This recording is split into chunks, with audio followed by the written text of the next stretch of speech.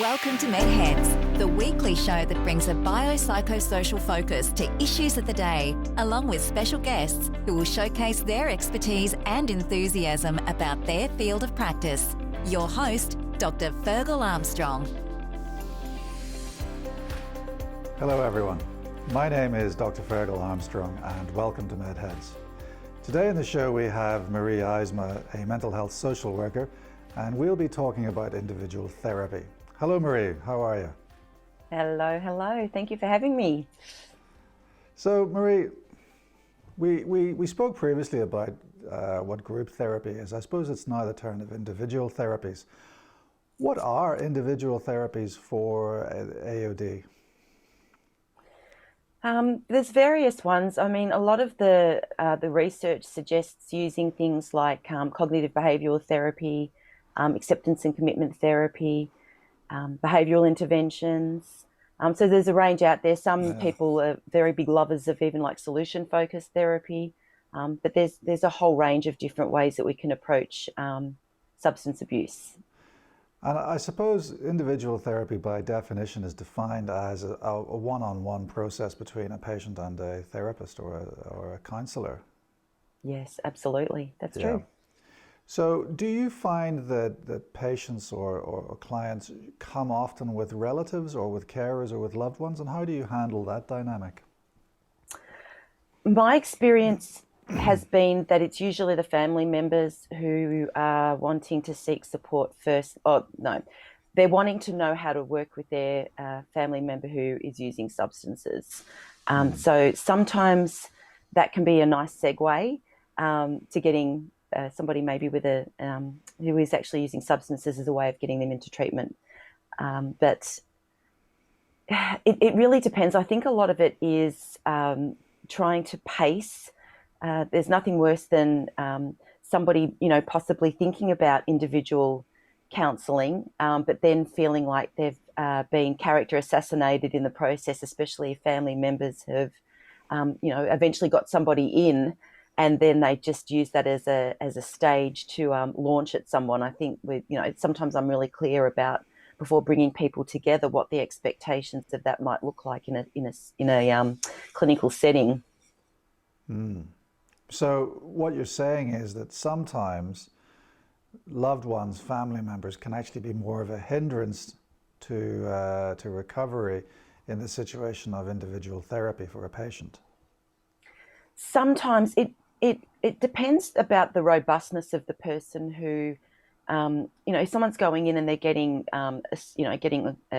verbally attacked by their loved ones, and then they're using that as an opportunity to vent all their disappointments and all their rage that they've experienced. What I've noticed is it can tend to just put the person back on the defense, or it can make them just go, oh, well, screw it, and just become more rebellious again. So it's a lot to do with, I think a lot of it's timing. I think a lot of it's where somebody is mentally, how much they want to change, and how much they can give themselves, I don't know whether to use the word permission, but whether they can hold the space for themselves that they may have made choices that may not have been in alignment with what everyone else wanted, and they may not have foreseen the consequences of what they were doing at that time and didn't see it, the impact of that so many years or months down the track. So how do you tell a loved one that really their presence is no longer welcome in the room? And also, I mean, I suppose, is there ever a situation when you're asked to take sides, and how do you deal with that?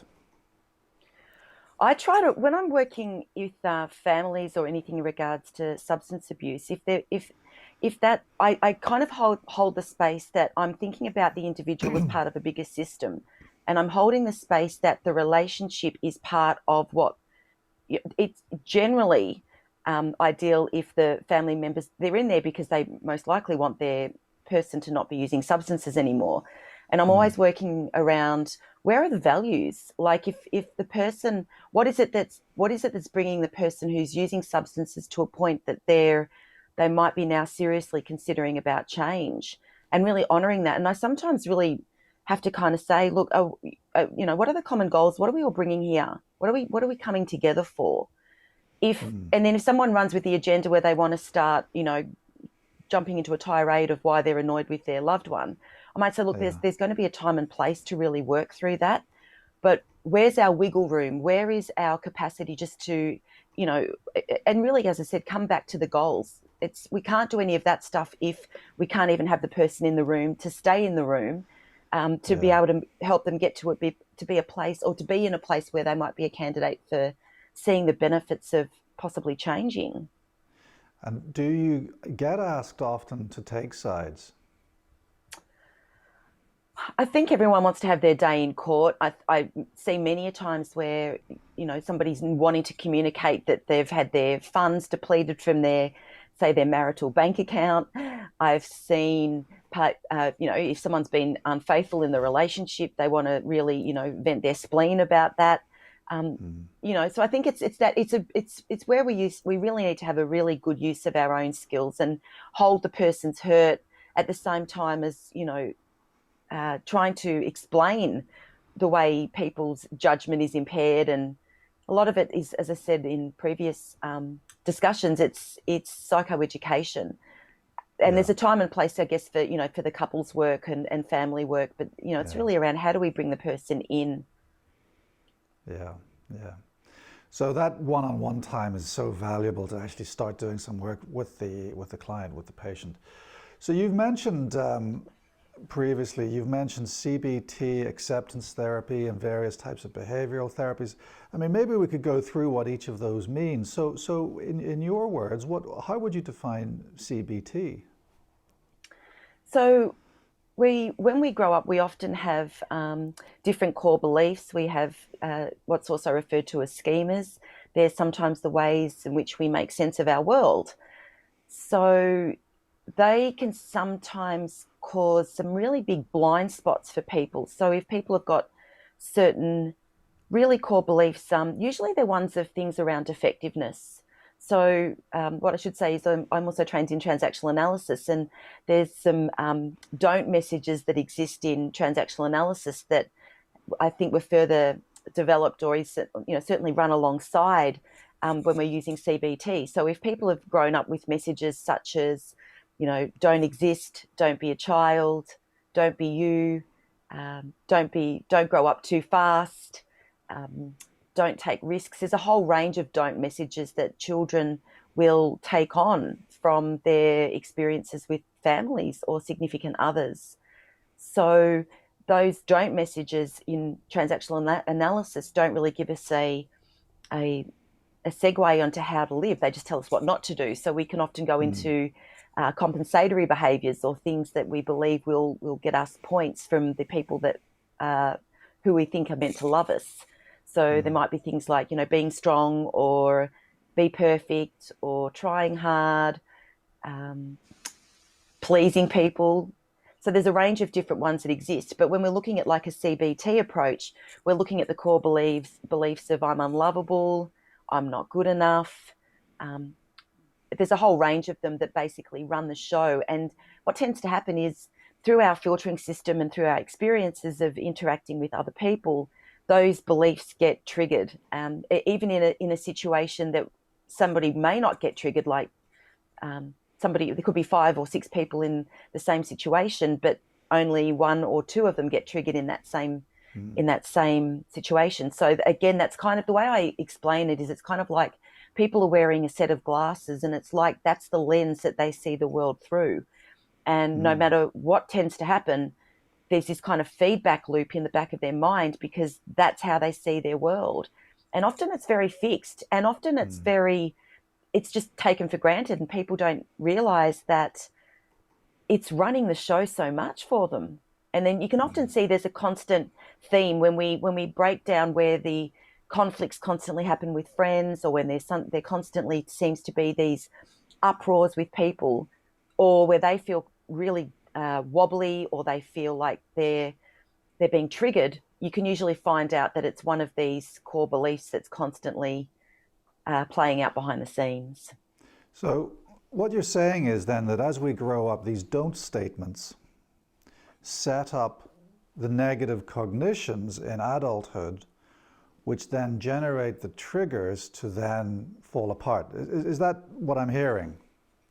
Yes, Right. in the best way. Yes, that's exactly right. So they really become these templates for how somebody makes sense of their world.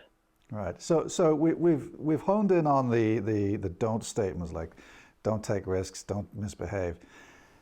Can you clarify just a few more of the negative cognitions that act as the foundation for being triggered? You know, I mean, you've mentioned you're no good, but can you talk a bit more about what those cognitions are? Yeah, so people have cognitions around things like, um, you know, if I'm not strong, that I'm not okay. If I'm flawed, I'm defective, I'm without, I'm lacking, I'm not deserving. So there's a whole range of them that are there, and sometimes we can have more than one, which is which can make it can make life really hard for people. Right. It can lead So to a lot of how? suffering. What difficulties would people experience then as a result of these negative cognitions? So let's take a Well, negative cognition, I'm not worthy. How would that manifest itself? How would that make my life difficult? oh, I'm not worthy. I'm not worthy could mean you don't, challenge yourself. I'm not worthy could be if you don't get a position, or you might not even apply for a position, because if your statement is, or if your beliefs or belief system is, I'm not worthy, well, why would anyone want to employ somebody who isn't, in their mind, worthy?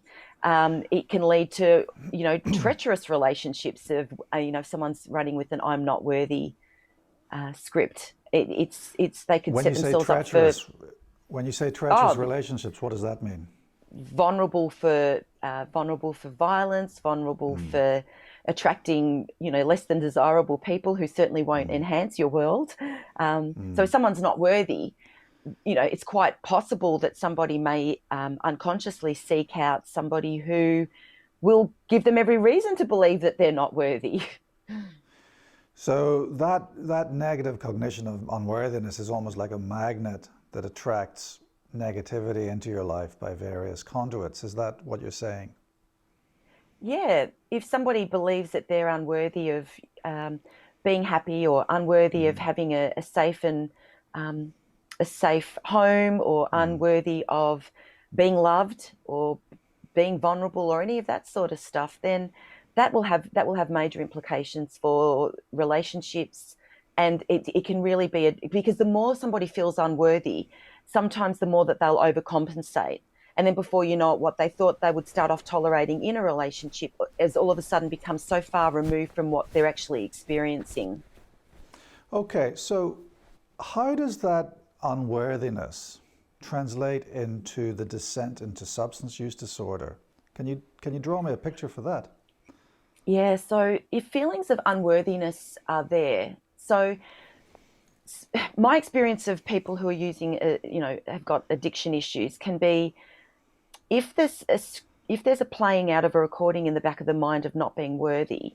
Sometimes the substance experience of using substances, so say for argument's sake, an adolescent just experiments with a substance, and all of a sudden, while they're drunk, or while they're affected by cannabis, or while they're using ice, that the the rhetoric of the unworthiness won't be playing, may momentarily leave their mind. So they might be able to finally feel like they're part of a social tribe with everyone else who might be dabbling as well.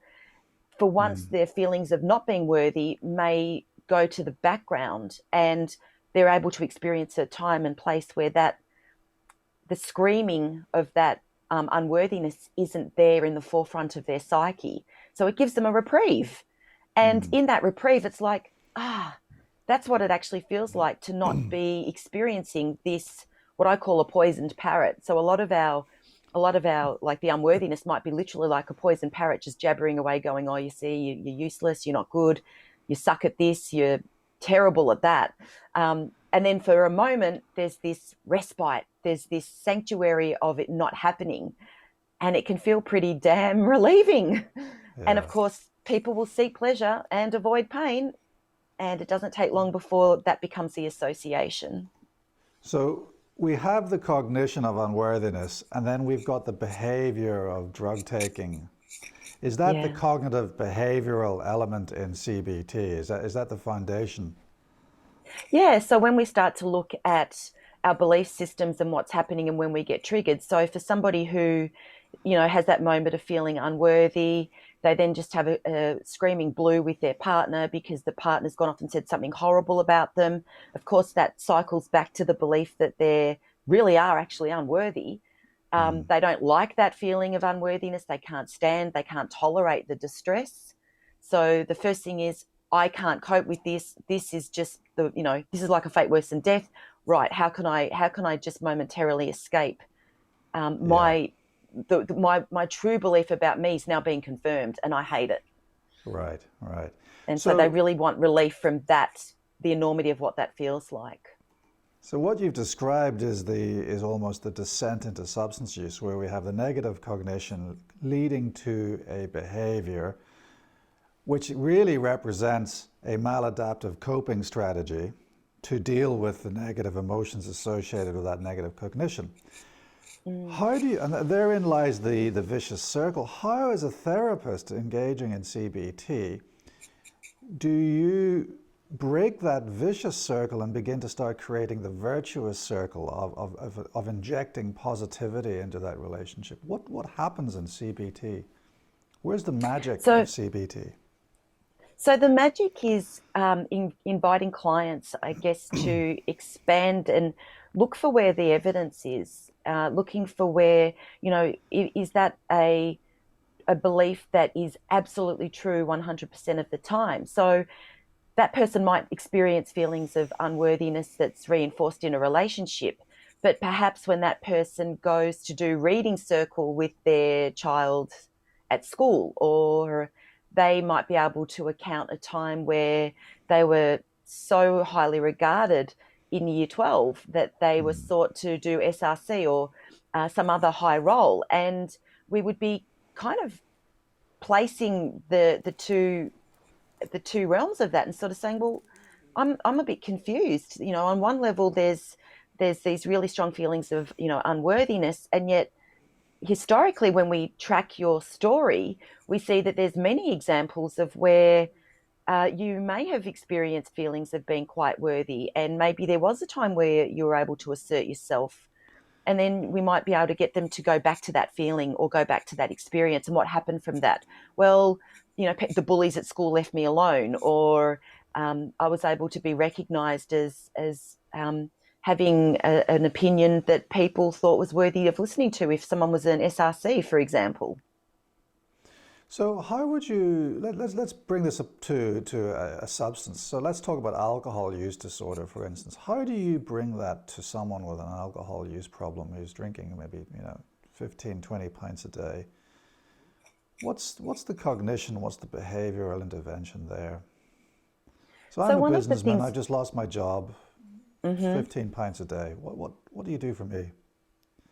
so the things that I would be looking at is the beliefs around, well, what does it mean to, what does what does a loss of employment mean? Okay, so if it means that, see, it's proof that I'm a fraud, it's proof that I can't get anything right, or I'll never be able to, um, be able to get back into work, or those things would be the things that I'm sort of working on and really, really helping to understand the more that how is that mindset?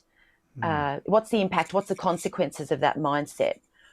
Is there examples where perhaps there's other people who, we sometimes if we even look at millionaires, they've gone from having lots of everything to lots of nothing, and they've been able to kind of bounce back. So we'd be looking for examples where, okay, so what was able to happen for those people that might be able to shine some light for where to for you. So it's really around, okay, so somebody loses a job, but what's the meaning? What does that stir up for that person? What belief systems get brought in to the loss of employment, and what does that mean to their sense of self? And then that again, we'll be starting to understand the core beliefs and the self statements that are going on in that. Right. So let's compare that now with acceptance and commitment therapy. That was one of the other major therapies you identified in individual therapies. How would you define that? And then we'll move on to the differences between acceptance therapy and CBT. So how would you define, firstly, acceptance and commitment therapy? Okay, so with CBT, there's more of a focus on sort of challenging some of our cognitions. Yeah. Acceptance and commitment therapy is more about acknowledging that we have these, I call it internal chatter. We have these, the ways in which our brains just have a little talk. Yeah. And sometimes the conversations can be quite loud, and other times they can just be, using some of the phrases of acceptance commitment therapy can be things like, bad news radio. Many a times we might be driving along in a car and we hear music coming from a neighbouring car, or we might walk into a room and someone's got some hideous, ghastly music, or, talk back, or something that you just can't stand. And it's basically about changing the relationship. So if our thinking or if our thoughts were one that was equal to a really bad set of music, we don't have to sit in the same room as that dreadful music. We can let it play in the background so that it's not in our kind of field of vision, really stirring us up. We can just kind of disconnect from it and not let it run the show. So acceptance and commitment therapy is more around, there is some research to say that we are wired to have a negativity bias before we will lead towards a positive. There seems to be a bit of research around that. So before we can, sometimes we might wake up and go, I've got this day ahead of me. That might be our initial impression. But then the more that we just kind of sit with that, we might just then go, oh, okay, well, that's just a thought. Move it through, and then before you know it, we're moving on to something else, which is most likely going to generate a different reaction. So essentially, if we know that we're going to have those kinds of thoughts, because that's what we will have as humans, our survival has hinged on that, then we just might as well accept that it's there. Our survival has hinged on what you said? Our wiring. We know that we've got a brain that's wired, as I said before, to seek pleasure and avoid pain. We know that we've got amygdalas. We know that, years ago, our survival hinged on being able to hunt and gather food. We were wired to be racing around with, tigers and all manner of things that could kill us. We don't have those same barriers now, because essentially we don't have to go off and fight to get even our food. So now, even though that's that, even from an evolutionary perspective, that part hasn't left us, but we're still wired to be on the lookout for harm, or on the lookout for things that could cause us to not survive. So vigilance and hypervigilance, is that what you're alluding to? Yeah, definitely. We've got that. Okay. So what I'm hearing from you basically is that CBT is all about challenging the veracity of a particular cognition. Yes. Whereas acceptance therapy is about accepting a particular cognition and effectively ignoring it and moving on. Is that right? It's just, it is essentially acknowledging that it's there and then electing to unhook from it. So, if someone's got a thought that says something like, so how I tend to use things like this could be, somebody has a thought of, I'm useless, I'm not good enough. And I might say to somebody, look, can you put the statement, I notice, in front of that, I'm useless, I'm not good enough. So what we would get a client to do would be something like, I notice I've got the belief that I'm not good enough. I notice I don't think I'm worthy, whatever it might be. And I get them to take a breath. And we know the importance of the breathing. We know the parasympathetic, the sympathetic nervous system. We know that even just taking 3 long, slow, deep breaths changes our physiology from being revved up and highly distressed or emotionally charged to slowing down and bringing different parts of our brain into interaction and into having a space of changing what we might do. So I might say to a client, yeah, okay, so just take the breath. And then I might ask them to say, is it's okay that I'm having this thought or this belief because it is simply just a thought. I was doing some reading on EMDR and how it sits with pain, and the psychologist wrote that we have up to around 70,000 thoughts per day. Well, there's a high probability that those 70,000 thoughts per day are not necessarily going to be ones of, gorgeous walks down the botanical gardens. So if we know that we've got these thoughts that can be pesky, then it's about us unhooking from them and then not getting into the ruminations of them, which tend to cause us the greatest amount of distress. So if we can unhook from the thinking, the difference is we don't look for proof, we don't look for evidence, we don't challenge it. We just simply go, is me having this thought at this moment helpful or useful? And usually when we're dealing with thoughts that are troublesome, that cause us distress, 9 times out of 10, they are unhelpful and they are unuseful. So the goal then becomes about not hooking into them. How does that then translate into helping someone with a use disorder? If someone can get off the ruminations, and I may have touched on this in a previous discussion about, the example I use is if we think about a brain, like if we looked at the Melbourne's Metropolitan Railway and then we were sitting up in a plane, we'd see that the trains are going, all around. We've got everything coming from the east, west, northern suburbs. Yeah. When we get caught up in ruminations or fixations on the negative story, wanting to get away from that horrible feeling, we then want to go off and use, and then we just end up in this cycle roundabout of feeling despairing and the very predictable behaviour that comes from the moment we get caught up in the roundabout. Well, then if we're changing our relationship to those ruminations and those despairing thoughts or those judgments or those harsh critical aspects of our own commentary, and if we choose not to be connecting with them, then there's a high probability that we will go off and do something else. Rather than investing in the deliberation about the thinking. So I suppose you can only have one thought at a time, and if you choose not to have a bad thought, then you have to have a good thought, and that good or you at least get one that's neutral, or a neutral thought, and then that moves away from the direction of using a drug. Is that what you're saying? That's correct. The directional flow changes because if someone is getting caught up in the I'm terrible, I'm not good enough story, then the more airtime that they then give that thought, then the more chances are that they're going to then look for the proof that I am terrible, I am not good enough, I can't stand this, and you can see the cascading or the cascading and how it kind of pulls someone down into the slopes of I can't stand how I feel.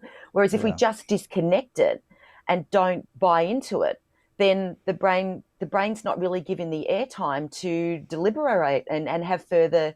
It's like looking through for a pair of binoculars for all the proof. If we don't even sit and entertain or dance with the belief, then it's almost like we're turning the channel off of the TV. We're not going to be indulging in it any further. Right.